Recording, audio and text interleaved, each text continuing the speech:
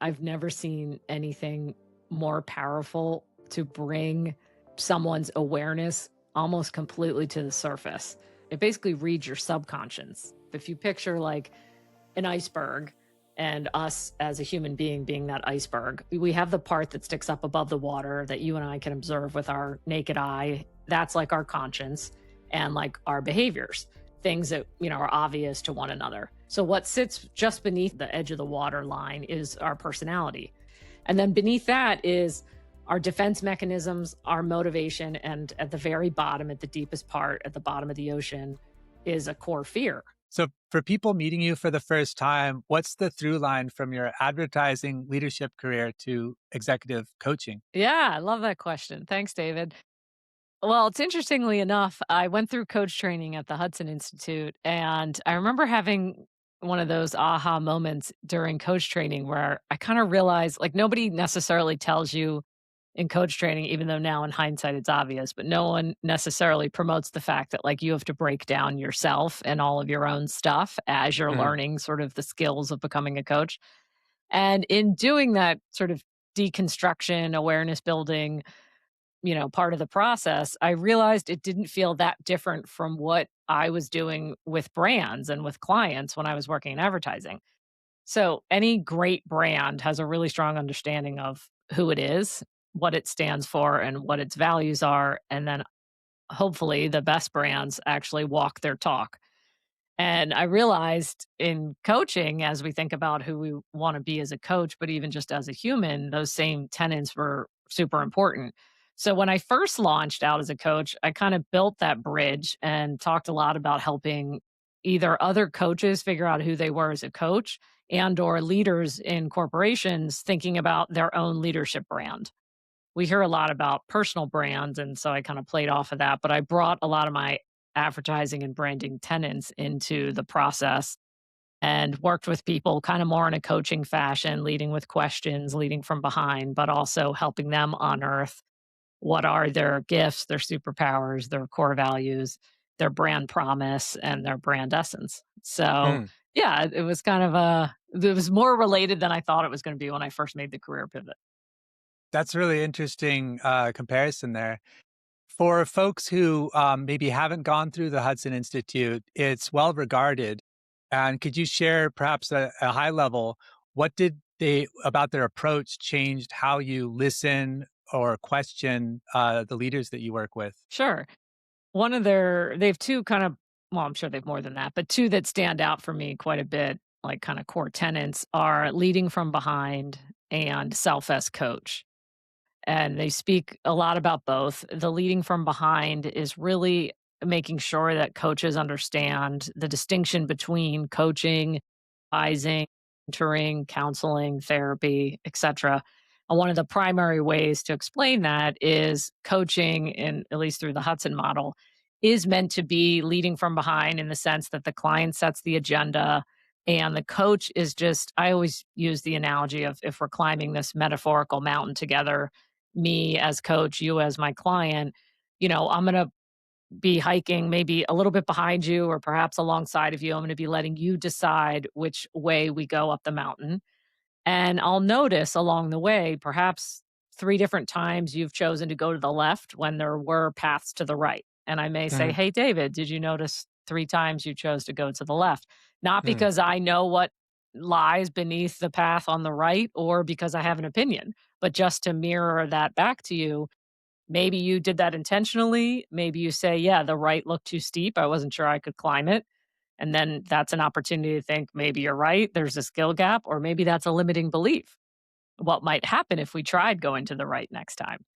And so the whole idea of we're walking the path together, but my job is to kind of be observing it from a different perspective and help you understand how you operate, how you make decisions, where some of your core beliefs may be serving you and where others may not be, and to reflect that back so you can make the most powerful decisions for yourself.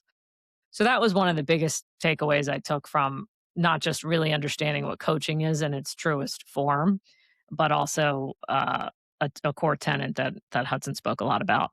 And the self as coach part is really around doing your own inner work. as you're coaching others and making sure that you're checking in with yourself. Are you noticing that you're wanting to know more information or more details about what the client's talking about, but is that in service of them or your own curiosity? Like constantly checking in and kind of being, you're a coach to yourself as much as you are to your client. And there's a whole Mhm. lot more to that. And Pamela Hudson, the former CEO of the institute, has a book out. I think it's called Self as Coach, which is great. But yeah, those are the two things that stand out, kind of top of mind. We're going back about 14 years now, so it's not a ton that's super fresh, but those two things are. Memory like a steel trap. I love it. Thank you for that. You host The Work of You, and you frame it as the hardest person you'll ever lead is you. What does that mean in the executive coaching context? Perhaps building on your previous answer about self as coach. Yeah, for sure. So I just think that I've always said this anecdotally, I think before I even went through coach training, and now I actually feel like it has some validity from all the training that I have done. But I always say, like, made up percentage, 95% of the time, it's us that's in our own way in some form or fashion. It's super seductive to want to point out all the other people that are in our way and to put the blame there. But usually it comes back to us. And even if it is someone else, all we can do is control our reaction to or our response to that. And so I just think that we don't spend enough time helping people understand themselves and develop themselves in the context of the workplace where there's just so much opportunity for things to pretty quickly kind of go off the rails through miscommunication, lack of communication, lack of conflict, healthy conflict, that sort of thing. And not to say that it's necessarily the organization's job to help people understand themselves, because each person has to take their own responsibility to do that. I certainly think where companies feel inclined to invest in professional development, that this needs to be considered development as well, in terms of development of self. Maybe some people might call that more personal development, but at the end of the day, the research shows, my one of my favorite books, Emotional Intelligence 2.0. The statistic in there is that EQ is more than 2/3 of your job success.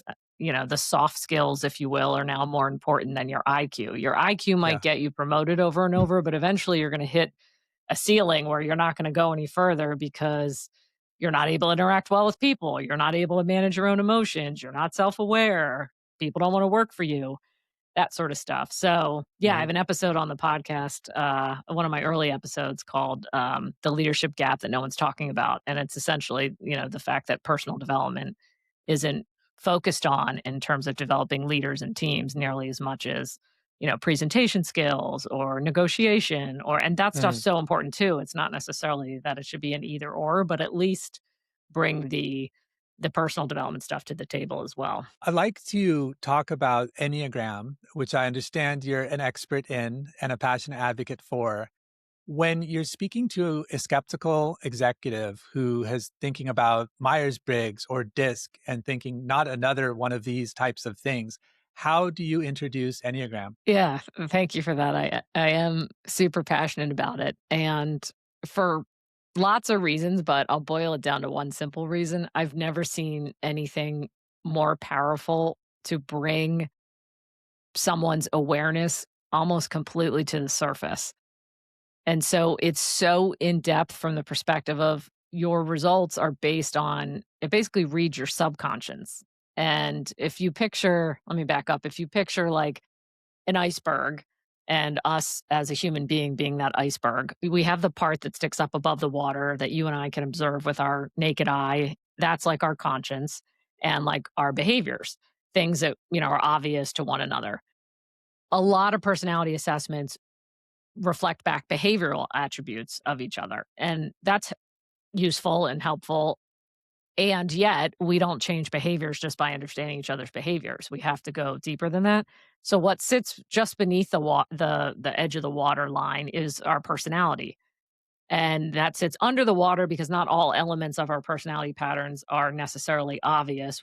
You and I can't necessarily explain why certain attributes of our personality are that they are what they are, even though we might be able to put words to them or describe them.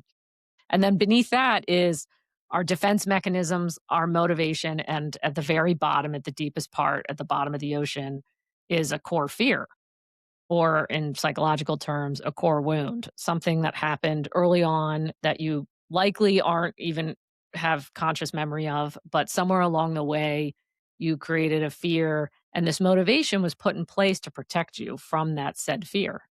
Mhm. And so, for example, maybe you grew up in a chaotic household for whatever reason, all the different patterns and dynamics that can happen. And our parents all did the best that they could, but some of them didn't do as good as others. And so there was a lot of yelling and screaming. Maybe there was abuse. Maybe there was addiction. Who knows? You grew up scared of conflict, and you learned if you just kind of stayed quiet, kind of kept the peace, and moved through the world sort of playing it small and quiet, that you might stay that will keep you safe, and because that's what it did growing up. But now fast forward, you're in the corporate world and you're getting feedback like, "We wanna hear you speaking up more in meetings. We wanna hear your opinion." Well, you and I both know that if it was that easy to give each other feedback and just tell someone, "Do more of this," if it was that simple, we'd all be walking around as perfect iterations of ourselves. The reality is for that person, there's a real reason why it's hard for them to speak up and share an opinion, especially if that opinion is of a different opinion than what the group's talking about. And I'm not saying it always ties back to something like, dramatic as I'm painting the picture of this person's childhood, but there is something that formed something along the way that then is now laddering up into the way our personality was shaped and and behaviorally how we show up. Mhm. So maybe slightly longer answer than you bargained for, but what I think is so beautiful about the Enneagram is it basically opens the doors to your belief system. And Mhm. once you understand yourself at that level and you understand the why behind how you think, feel, and act, then and only then, and even then it's still hard, but then and only then can you actually think about changing it, because change happens when we're more at the belief system level, not at the behavioral level. So I don't always give that long of an explanation. Sometimes it helps when I'm able to quick flash the iceberg, or people can get it. But at the end of the day, it's a really powerful way of getting into the depth of who we are and the why behind how we think, feel, and act.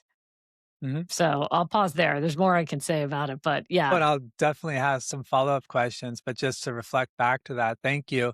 That, analogy works really well with, like, the conscious and unconscious, the iceberg analogy, that is. And I think a lot of, like, acceptable, rhetoric, polite rhetoric is in the conscious layer, and it's like we're kind of pulling against, the stream because the subconscious works so much faster, and it's so much actually a bigger part, ironically, of who we are. So there's that mapping really landed for me as far as maybe the Enneagram kind of helps put the what's beneath the surface in order, at least understood more, so that what's above the surface can kind of play to those the momentum already in place, or is a little bit more sustainable. I spoke with a psychologist a couple days ago from this program I took at the University of Toronto. She has a book out I might have mentioned to you in one of our previous chats, The Possible Self, and it deals with kind of or talks about constructs and how she has this wheel of self model where like certain things happened in our past and we have like a lesson there and that becomes kind of a construct. I am this, I don't do that, etc. And there's like the analogy she uses is a teapot, like a lid on a teapot, and that becomes the construct. And in order to remove sorry, in order to address the construct, you have to remove the lid. And what does it take to remove a lid? It's a learned lesson. You don't talk about it. You don't deal with it, but you need to. Otherwise, you have these like yo-yo diets because underneath it's something that stops you from wanting that six pack, even though you think you want that six pack, and or whatever And so there's this, I guess, balance between an appropriate amount of dysregulation to remove the teapot lid, and that could be scary for people. And yeah, in the hands of someone who's not an expert, dangerous perhaps or irresponsible. So I think with the status quo, especially with like risk averse kind of situations, it seems to be let's just not talk about it. And so having kind of honest discussions about where the personal life maybe dovetails into the professional life, um, I think I'm hearing more and more there's a bit more confidence in people saying that it's necessary, whereas before it was like whispers. Yeah. Are you also kind of seeing this trend where people are kind of rolling up their sleeves and saying, let's try to push the status quo a little bit forward? Yeah, it's an interesting question. I will say that, like, as much as I like to say the Enneagram kind of blows the doors wide open to, like, your belief system, it then will sort of meet you where you are. And so it can be a trippy process to read your report and your results because it's basically like your subconscious laid out before you and your conscience trying to like make sense of it in real time. And it does take sitting with it a bit and kind of reflecting on yourself in the real world to sort of realize, wow, this actually just really describes, some of my primary ways of being. But initially when you're reading it on this like black and white piece of paper, it feels very like this thing doesn't know me and who's it talking about? But that's another beautiful part of it in coaching. It's, our job as coaches is to meet a client where they are, but we also only know what they tell us. And oftentimes they don't know how to articulate what lives in the subconscious. And so when this kind of brings all of it out, then we can decide what feels meaningful right now. And Mhm. so your question, in coaching, I think it's a little different because hopefully you've created a safe space and you've created a place where your client feels like maybe they can go back in time or speak a little more personal. I Mhm. do use the Enneagram quite a bit in organizations with teams, and I always remind everybody like you don't have to share, any of the details or whatever, but just help us understand what you do relate to about your core fear and your core to more your core fear and your core motivation. So we can then understand what's coming up for you when we are noticing some certain things in your behaviors or your personality. And so I leave it to them to decide kinda what that right mix is between sharing personally and sharing professionally. I will Mhm. say kind of the more willing you are to kinda go deep and, they get a good laugh, they say, "It feels like we're at work therapy and haha," but when they really do, as we all know, thank you, Brené Brown, but being vulnerable is one of the most courageous things you can do, and Yeah. so when people are willing to give a bit more color commentary to what their lived experience has been, one of the greatest gifts that comes from that is the ability to hold empathy for one another because we all have something that is really challenging for us about our typing or the way that we are in the world. And it's likely driven by something that happened to us along the way. And we Mhm. all have that stuff. And so our Mhm. willingness to kind of normalize that and recognize that we all have several things that are challenging or that our story, led to who we are today. I think that gives people permission to not just be truly who they are, show up as their whole self, but Mhm. also help each other understand one another. Like we're more Mhm. alike than different in oftentimes in that regard. Yeah. You are Integrative Nine certified, levels 1 and 2. Could you tell us what that means in, like, I guess, layman's terms, and also what's unique about Integrative Nine for leaders and teams? Yes. And I also wanna go back to while it sounds pithy and important for credibility to call me an Enneagram expert, and while I don't wanna take anything away from the almost decades worth of studying I've done around it, because I have dug really deep, there are scholars in the field just like there are in others, and people that, have been studying it 10 times as long as me that know it even better than me. But I will say, it's a complex system, and so, yes, I'm trained in the Integrative Nine, also referred to as IEQ 9 is kind of their short handle. And they Okay. offer a level 1, which is kind of a basic training for coaches or therapists or individuals who wanna learn how to use the Enneagram with clients. And it's, when it's in person, it's 5 full days of training. And then the level 2 is for when you wanna use the assessment with teams. And so it's more of a team application. And you kinda obviously have to take level 1 first and understand the system and the model and the 9 types before you can kinda really approach it, inside of a system. What I will say about IEQ 9 and part of what makes it different, because there are several assessments out there, and I can't speak to all of them, but I can speak to theirs. They Mhm. quote a 95% statistical accuracy, and I've done over 500 of their typed over 500 people with their report, and I will say that's accurate. Nice. The 5% margin is, sometimes it comes down to just a few questions and somebody's very close to another type and, might get it wrong. Oftentimes if it's wrong at all, it's a user error where they kind of stopped and came back to the assessment 5 times and sort of lost flow with it, and it just got the results a little bit mixed up. Hmm. But in any regard, it's the creator of it, Dirk, he is a type 5, which is deeply grounded in knowledge and really understanding things and, intellectual accuracy. And so it's a very, um, it has a high integrity of information behind it. But where I will give them the biggest shout out is they made it applicable in business.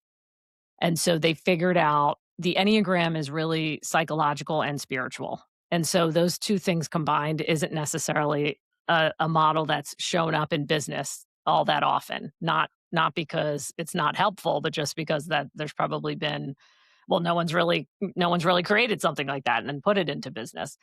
And so Mm. these guys, however they did it by looking at other assessments or whatnot, they made it really applicable. They tweaked some of the language. They lean less from the spiritual, and they tread lightly, I'd say, in the psychological, like enough to keep it credible and accurate.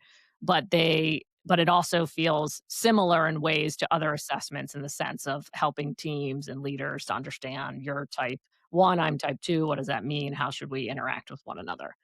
But really, at its best, the Mm. Enneagram it is considered a personality system, but it's really a map for growth. And what I find that is the challenge in organizations is when people think it's like other assessments and they just say, let's do our team offsite and do everyone do our Enneagram, and then they never talk about it again. When really Mm. there's so much available in the content, and then the model itself is designed to be a map of growth. And so the lines that connect in the center of the image are the pathways for growth and understanding what that can look like across a team, who can support who in their growth, who might have tension points because of where they sit on the map, etc. There's so much opportunity to break so many things down that I just wish companies could see it for even for that value too, of kind of more of a long-term growth strategy than kind of the initial, like, let's all just get a number and then say that we Mhm. did the Enneagram kind of idea. In your experience, what is one of the biggest misunderstandings that you see happen with, like, for example, behavior versus motivation, or typing others, or stereotyping? Could you speak to maybe some of the mistakes or misunderstandings? Yeah, I'd say the biggest one is that it's like other assessments, which are more cognitively based and more behaviorally based. So the Enneagram system is based on the fact that we're three-brained beings. So the entire model is constructed around our body intelligence, our emotional intelligence, and our IQ, intellect. And so it kind of assesses all of that in the report results that you get, and it places you inside a primary center of intelligence based on your typing and where that type how that type processes information in the world, whether it be somatically through the body, more through feelings and relationally, or more through information and intellectually. And so that sets it apart too, in the fact that it really takes into account the whole, like us as humans, a whole being and all of our intelligences versus what a Mm, lot of the other assessments are more testing and I like that. categorizing us cognitively. Yeah. But back to your question in a more simplified answer, I think it's just the confusion that people think it is behavioral. And so they think that we can guess each other's type and if we're guessing each other's type, we might be guessing off of personality attributes that that type has, but that doesn't necessarily mean that the subconscious motivation that drives that type is that person's subconscious motivation. And so in that regard, we really advise against it because there really is no way of knowing like which of the 9 core fears was that person's core fear as a little person in the world growing up, and how that then transpired into the way that they show up today. There's real no way of knowing, and oftentimes people don't even know themselves until they get the results, and then they're like, "Oh yeah, this makes sense," but I wouldn't have maybe picked that for myself initially. I'm seeing some like I'm seeing kind of how this might shape your coaching, how you approach executive coaching with your clients, regardless of whether or not they're maybe doing a focused Enneagram approach. But could you talk about how this lens shows up in your coaching style, or what it helps you notice in your clients? Yeah, for sure. So I love starting any coaching engagement if the client's willing. It's certainly not mandatory with the Enneagram because, again, in their just reviewing of the report, it helps me to see where they're at in their own development and what they're able and willing to see in terms of their shadow side, Hmm. what they're able to own in terms of their gifts and their strengths and their superpowers and kind of everything in between. And then again, in following their lead, what feels most important right now? So if they had a reaction to one of the things that it called out, because, it doesn't hold back, it shines the entire mirror back at you, whether you want to see it or not, in terms of patterns and potential pitfalls for your type. If there's something that they had a reaction to, we all know usually if we have some sort of reaction, it's because there's some truth in it, or we know that's an area that we need to look at, we've been avoiding. It just starts to serve up for us some places to start. And again, following their lead, what feels most important right now. But generally, I will start there and we can have some discussion around it. And I'll follow their lead if they're really into it and they want to keep referring back to it, if it's just an initial way of kind of gauging their awareness. But oftentimes in my coaching with leaders, I'm also doing a 360 process. And I use a specific process that I co created with another coach called the Shift Positive 360, which is grounded in positive psychology. And what I have found is when I've done the Enneagram first and then I do the 360, which is narratively based. So I'm interviewing 8 to 10 of their colleagues, all around them, every direction, up, down, and peer wise, they're more willing to hear and or maybe accept some of the constructive feedback because the Enneagram likely already so if it was a blind spot, the Enneagram already shined a light on it and we had sort of an opportunity to look at it, or at least they've been like sitting with that notion, even if Hmm. it's like a brand new notion. And then if that happens to show up as a theme or an anecdotal comment in their feedback, I've just found it, then they realize, okay, the report and my peers are now saying kind of the same thing. Maybe I really need to look at this. And it might be like the example I gave before, like not using your voice, not speaking up enough. The Enneagram's going to call out around, speak to the pattern of playing it small and where are Hmm. those beliefs maybe getting in your way. And then maybe feedback wise, we're seeing that people want to hear more from you, what's holding you back. And now it's like, okay, it sounds like we have a rich area for a development goal now based on those two things. I'm curious, actually, on that topic.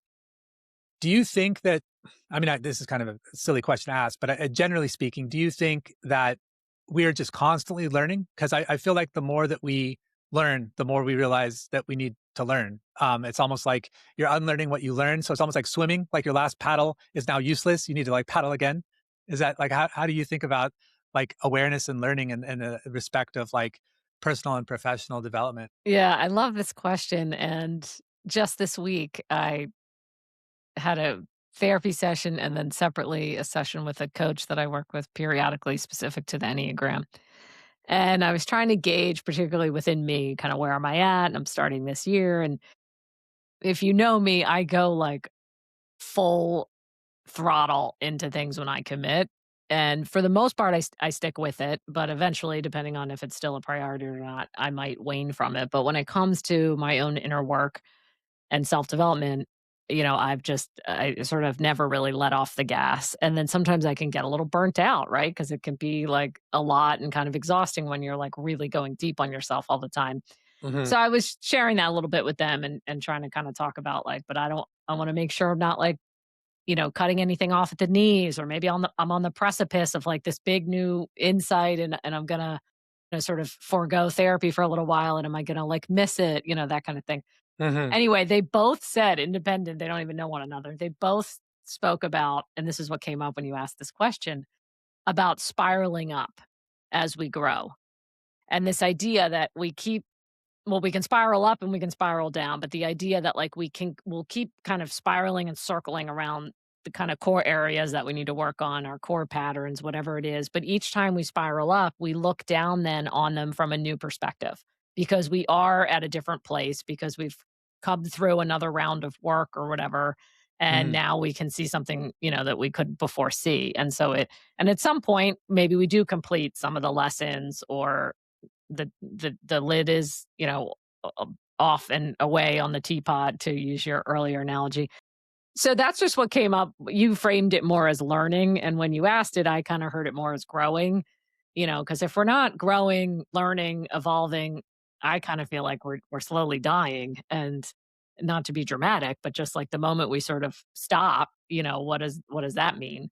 And so, and perhaps it's that belief that I'd be freaked out to, like, stop therapy, but, Mm, um, but in all seriousness, I that really resonated for me, and so I do feel like I kinda moved through some muck last year. I've sort of spiraled up. I'm looking down. I see a lot of things from some fresh perspectives, and I feel like I'm good right now, right? Like, mhm, I'm gonna, like, now take the version of me that sort of, feels strong and resilient and back in my power, and kind of move ahead. And at some point, I'm sure something will have me, spiral down around it. It's in some form or fashion. And I'll look at what work kind of needs to be done at that point. But mhm, that's kind of how I think about it. Yeah. I'm not necessarily a coach that wants that I don't I'll just be honest. I don't really have, like, the love of learning, in terms of I wanna learn myself 100%, and that's probably where I put the bulk of my time, meaning, like, how can I keep evolving me, and then how can that impact the relationships I hold, particularly the important relationships. But I'm not necessarily reading like a ton of books or a ton of things just to consume the information. It has to like mm, really resonate for me to want to. And I think that's why I just fell in love with the Enneagram, because it, after so much work that I'd done on myself, it still blew the doors open on like a lot of stuff, and just said it so directly and succinctly that it helped me almost have a summary of like all the things I had been piecing together through lots of different, like, modules of growth and therapists and coaching and different retreats mhm. I'd been on, and it was like, "Wow, it was all here. It's all here." Nice. So, anyway, yeah, does that answer your question in terms of the Yeah, it does, and I like the evolving and spiral learning? analogy. Yeah, I agree. I think, like, if you come across, like, a movie you saw or a memory you have or a book you read decades later, it's, like, a completely different, perspective that you have, and I think that's part of, life it's you're looking at it from different perspectives throughout your journey. I had to look up because it was really bothering me. I had to look up the gentleman's name, Gabor Maté. Does that ring a bell? oh, yeah, yeah, yeah, I heard an interview of him on the Mel Robbins podcast. I Yeah, there's, like, a he's period where I saw a lot brilliant. of his videos, Yeah, and I had his name fresh in my mind, and it's been in probably a year or so since I've seen, mention of him. Just, the algorithm, you get sorted, totally. but yeah, he's, I think, a really brave person, really knowledgeable, really, like, walking the talk, and, I just admired the, courage that it takes for people with brands and people with personas to be public about, like, the human layer and kind of work on it together, and instills courage with others that and it's like a rising tide at that point that can lift all of our boats. Love it, love it. I'd like to go back to something you mentioned about developing the shift positive approach with a psychologist or a fellow coach of yours. What led to you wanting to create your own assessment? Like, what was missing and what was already in the market? Yeah. Well, the initial, inspiration and creation, I have to give full credit to my co-author and former partner, Pete Berridge, who has his master's in applied positive psychology through Penn. So you may have heard people they call it the MAP program for short, MAPP, for Masters of Applied Positive Psychology.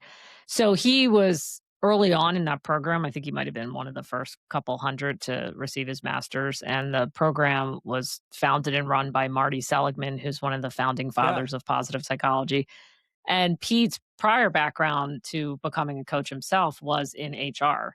And so he was very familiar with 9-box systems, feedback evaluations, all the different assessments. And when he went through his master's program is when he had his own aha that, for despite everybody's best of intentions, because of course nobody ever creates assessment to not help somebody, so much of the way feedback was being collected and conducted was actually, in many cases, proving to be doing more harm than good, that it was becoming and the analogy or the comparison I like to make is kind of more evaluative versus does it help you evolve? So it's one thing to evaluate how somebody's doing, and unfortunately, because of something called a negativity bias that we all have, we often focus more on where we're evaluating somebody through the lens of what they're not doing so well or where they need to improve. And we focus a Mm, lot of feedback conversations around that. And while that can turn the lights on if that's a blind spot for somebody and that can be illuminating, it's not enough for change. We have to help somebody understand how to evolve. What do they need to be doing instead? How can they do it better? What is or different? And what does that look like? And mhm, so when you break it down, the some of the core tenets that Pete studied and learned about and then baked into this approach that we then branded and called the Shift Positive 360 focus on building and highlighting a person's strengths using solution focused inquiry instead of being staying problem focused, and then also a focus on appreciative inquiry, which is a study around what is working and when someone's at their best, what are they doing, and trying to build from there.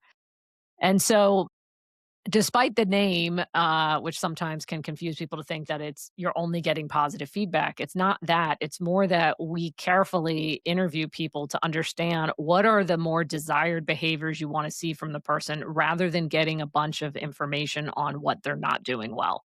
Tell me what it would look like if they were doing it well. And also, if you study strengths and strengths-based coaching, which I have a lot of passion around, at the end of the day, our strengths really take us further faster than if we spend all our time focusing on trying to improve our weaknesses. If one of mm, your weaknesses is the number one skill you need for your job, sure, yeah, then you gotta, but it's likely, then I'd ask, are you even in the right role? But really, our strengths are our superpower. And the more ways we can find to leverage and use our strengths, not only is it energizing and engaging for the person, but it's likely to take you further faster than only mhm, focusing on the ways you need to improve. So the shift positive spends a lot of time asking about people's strengths and what they're doing well and how they're showing up when they're at their best. All these things that unfortunately we just don't spend that much time telling people.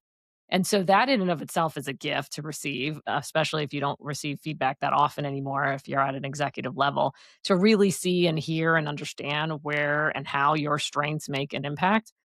But then beyond that, of course, we all want to learn and grow. And so the questions around how the person could be even more effective. Again, if I asked, if I was interviewing you about, we'll just say Damon, since it's the only person that we both know that I thought of. If I was going to interview you about Damon, initially, you might think of initially the couple areas that you think where he could grow, or you think of some nice things to say, some things he's doing well, but then you might think of it more kind of in terms of the potential problem areas or the areas where you'd like to see him get stronger. And mm, that's okay if you need to communicate those, but when we're interviewing people, we let them explain whatever it is, however it is that comes to their mind. But then I say, okay, so then imagine if Damon was being even more effective. What would he be doing? Or how could Damon do it in a way that you feel would be better or different? And that's the stuff that we capture because at the end of the day, people need to understand how to do it, not just where are they falling short. And so that's combination along with, there's some other components to it as well. But we found has just been highly effective because not only does it build people up in terms of confidence and they feel seen through the lens of their strengths, but then they also have a really clearly articulated you know, path for and feedback report that describes a bunch of ways that they could be showing up differently that people believe would be more effective. And inevitably, there's a few of those in there that might even just be a really small shift, but could have seismic impact for the way it's impacting them, their team, the system overall. So, yeah, it's a pretty, energizing approach. People actually mhm. really wind up loving the interview even when they're participating just to give feedback on someone, and then the clients ultimately they tell me they read their reports before they go to bed at night, they read it to their spouse at dinner, like, I've never heard anyone say that about a feedback report before, so it's something special. Nice. In your grow effect model, you pair neuroscience with tools such as the Integrative Nine Enneagram and Shift Positive 360 we just mentioned. Can you share how you sequence those for maximum impact or how you approach the workflow with your clients? Yeah, so, the advertiser in me, everybody needs a model and an acronym, and so so I came up with a way to, try to articulate my own approach to coaching, but not to say that it's formulaic. I always meet the client where they are with what it is they wanna focus on, but if I have a clean slate and they say, "I kinda want you to drive with the structure and the sequencing of things," I like to start first with their strengths, and what do they think are their own strengths if that's not a question they're used to answering, or even some people are uncomfortable owning some of their strengths, then we might use an assessment. I love the Gallup, Clifton Strength Finder, or there's another one called VIA, which is character strengths. Used to stand for values and action, but now I think they just go by VIA. But both of them really provide a nice line of sight into a person's kind of top gifts and top strengths.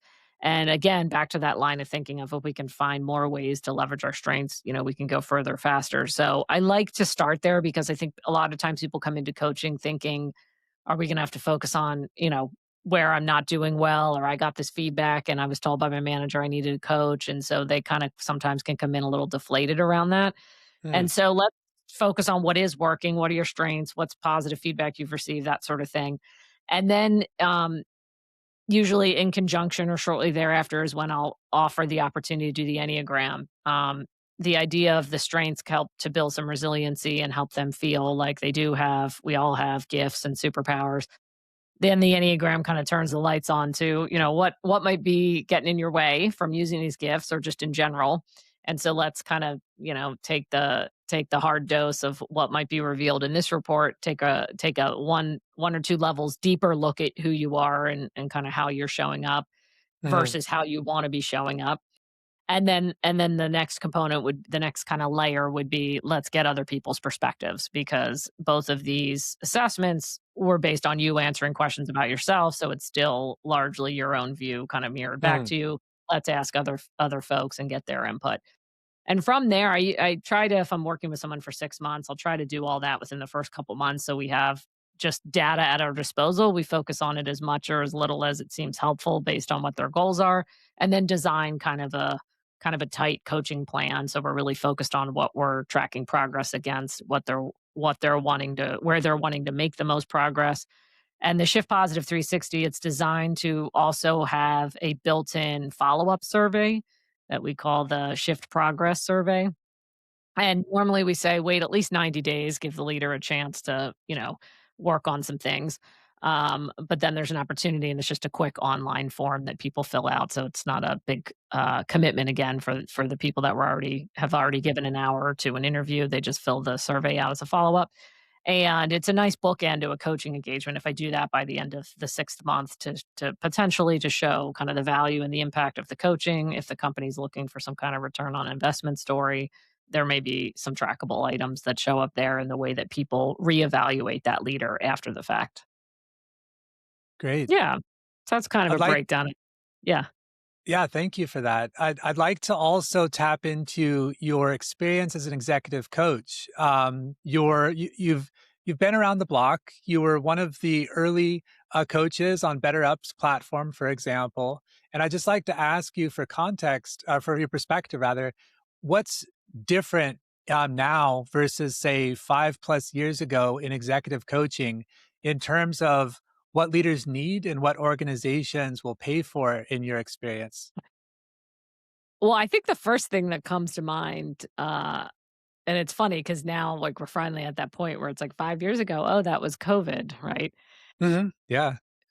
But regardless of the time frame that you mentioned, but I think COVID has a lot to do with it. I think there's just a lot more coaches, in general, is kind of what I've sensed, Mhm. and it's hard to tell sometimes if it's because the need's there or if it's just lifestyle that people, because I think COVID, I hope for a lot of people, one of the gifts was that it helped people realize what really mattered to them and what was important. And I think for a lot of people, what they realized was obviously health, but like balance.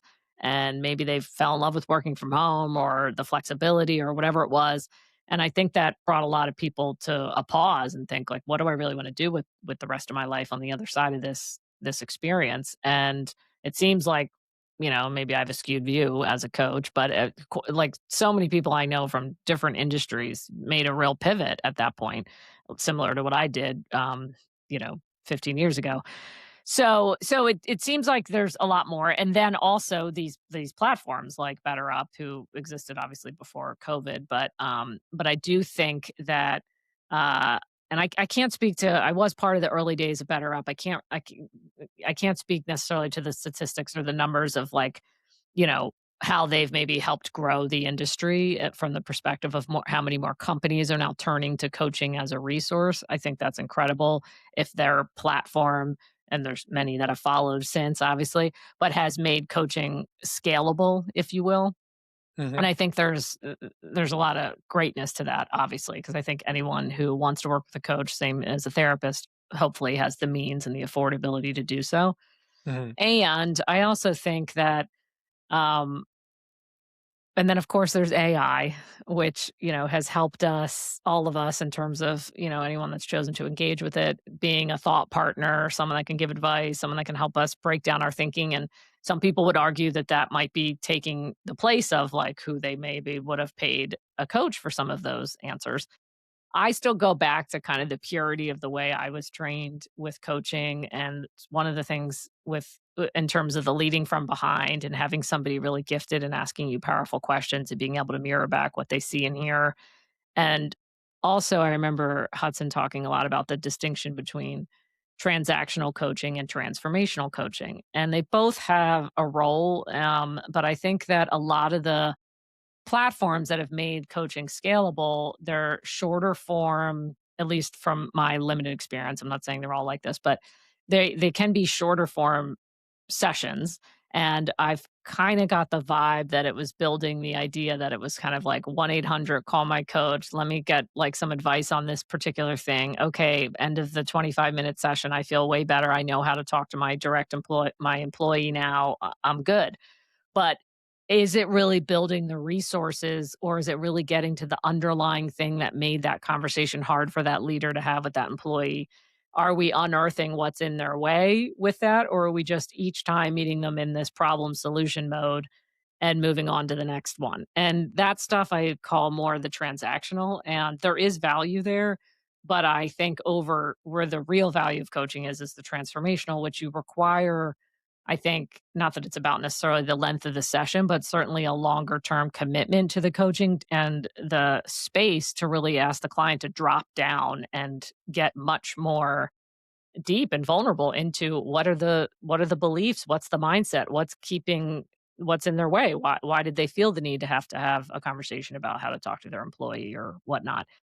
So yeah, so I think that I'm not personally worried that AI is gonna take out all the coaches. I still believe there's quite a bit of value there, and I still think when someone's really looking to do transformative work, and by transformation, I also mean, like, real sustainable change, is kind of the distinction between transactional might be, like, in the moment change, like, "Okay, I know what to do. I'll change my behavior right now. I'll do it." Mhm. But then do you just fall back to your old ways of being, the next time around because you haven't really gotten underneath to really make the shift?